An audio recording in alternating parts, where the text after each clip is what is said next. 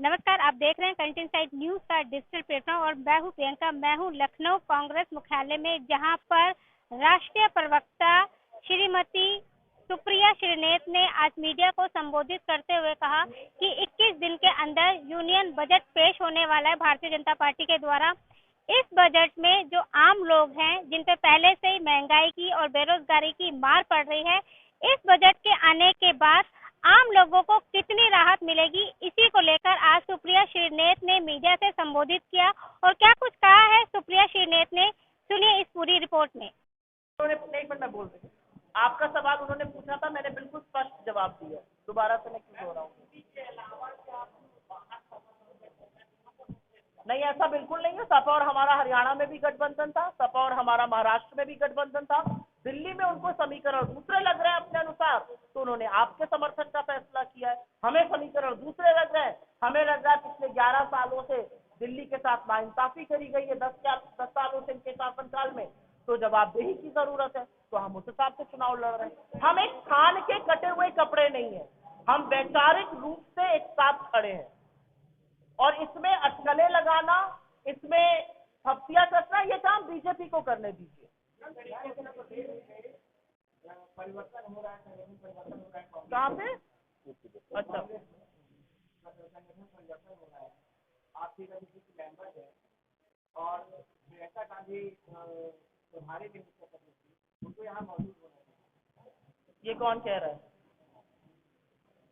होना चाहिए था, ये कौन कह रहा है? मेरा सवाल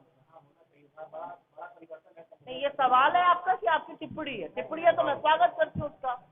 सवाल है तो बेतुका सवाल है, क्योंकि उत्तर प्रदेश के एक राष्ट्रीय महासचिव प्रभारी हैं अविनाश पांडे जी, वो 7 दिन तक यहाँ बैठे हुए हैं, वो सिलेक्शन कर रहे हैं। मैं भी उस जूरी की मेंबर थी, 2 दिन मैं भी यहाँ पर रही, फिर मुझे दिल्ली की वजह से वापस जाना था, तो ये मुझे बेतुका लगा थोड़ा सवाल, इसलिए मैंने पूछा। और कोई सवाल भाई? बस ठीक, बहुत बहुत धन्यवाद आप लोगों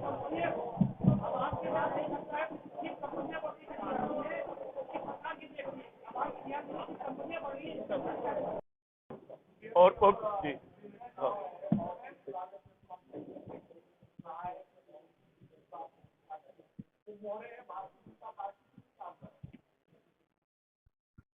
चुनाव में बहुत सारी बातें कही जाती हैं।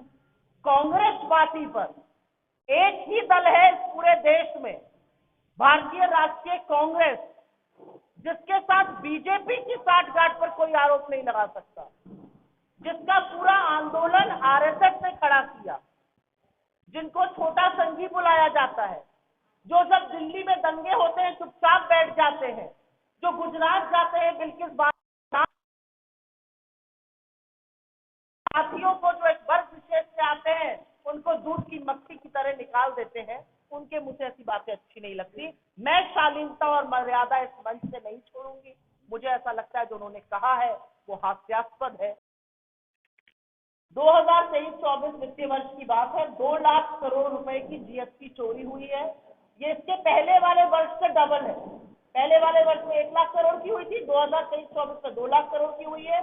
इनपुट टैक्स क्रेडिट में धोखाधड़ी आम बात है, 35,000 करोड़ की चोरी हुई है।